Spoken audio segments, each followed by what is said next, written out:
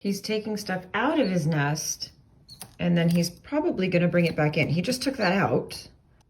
Oh, you're so good, my nugget. You're so good at it.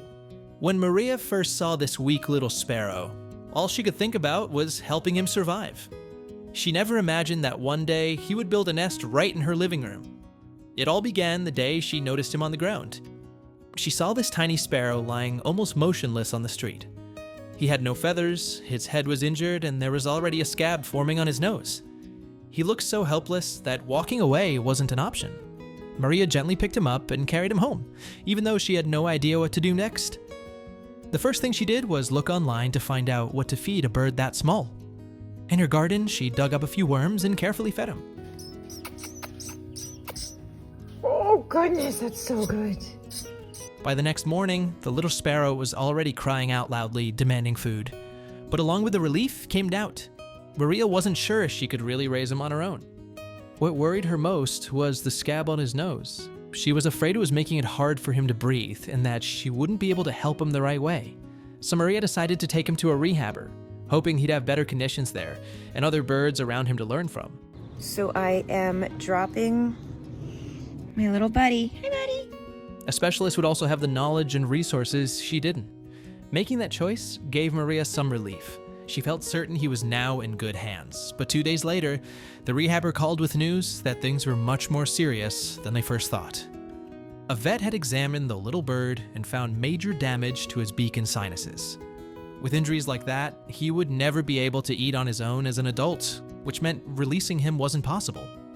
In cases like that, the usual option was euthanasia, unless someone was willing to adopt him. As soon as Maria heard this, she didn't hesitate. Within 45 minutes, she was there, bringing him back home. That's when she named him Happy, because of the way his beak curved upward, making it look like he was always smiling.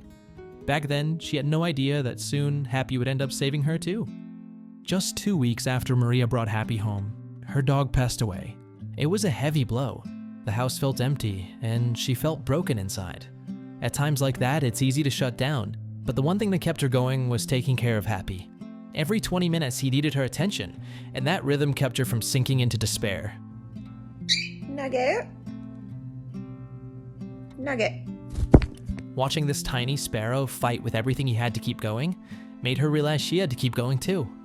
Slowly, she started to see that despite his damaged beak, Happy was adjusting and showing sides of his personality she never expected to see in such a small bird. Over time, Happy began acting more and more like a puppy. He reached for her hands, wanted affection, and made it clear when he wanted to be petted. If Maria stopped, he'd nudge her fingers with his beak, insisting she continue. Even with his injury, Happy figured out how to eat on his own. Instead of pecking straight down, he tilted his head to the side and managed just fine. But one day, he did something completely different. He grabbed onto the string of Maria's hoodie and kept pulling until she finally cut off a piece and gave it to him. Yep. Guess who I did that for? You're welcome, buddy. It turned out he needed it for a nest he was building right there in her living room. Since then, every day, Happy calls her over, as if inviting her to share what he made. In the evenings, Happy created his own little ritual. He tucked himself into the nest he built and went to sleep. But when guests came over, he didn't want to miss out. He would climb into Maria's hair instead, staying close to her, while keeping himself right in the middle of things. Are you making a nest?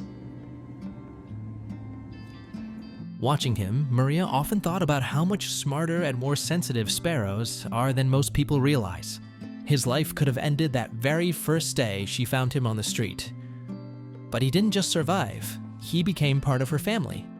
In captivity, sparrows can live up to 21 years, and Maria hopes to share all of those years with Happy. To her, he stopped being just a bird a long time ago.